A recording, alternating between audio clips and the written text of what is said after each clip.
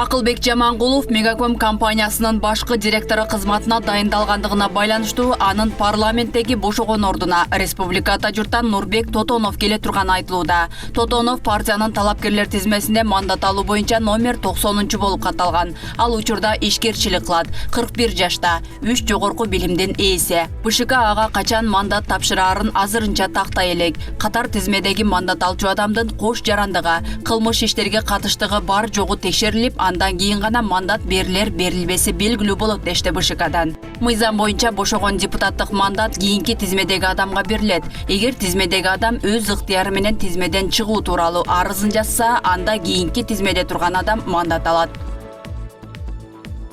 Тышкы иштер министрлиги виза ала албай жаткан студенттер боюнча Кытай элчилигине нота жиберди. Бул тууралуу мекеменин консулдук кызмат департаментинин паспорт виза бөлүмүнүн жетекчисинин кеңешчиси Сагын Ибраев билдирди.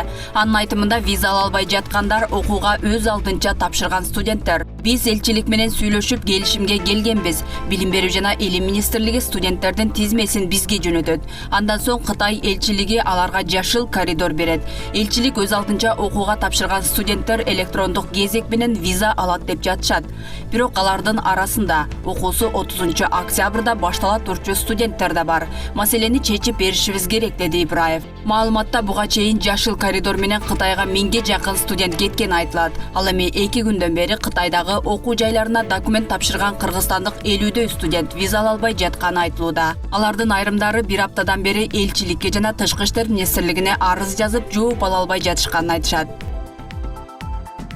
КСДП фракциясынын лидери Иса Өмүркулов Атамбаевсиз КСДП кыймылынын мүчөлөрүн кабинетинде кабыл алды. Өмүркулов менен жолугушууга Каракол шаарында өткөн партиялык конференциянын катышуучулары келишкен. Бул тууралуу КСДПче мурунку депутат Сагынбек Абдрахманов билдирди.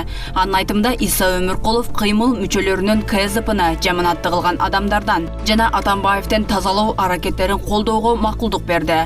Ошондой эле Бишкекте КСДПнын кезектеги съездин өткөрүп, мурдагы президент Атамбаевди партиянын катарынан чыгаруу демилгесин колдоду.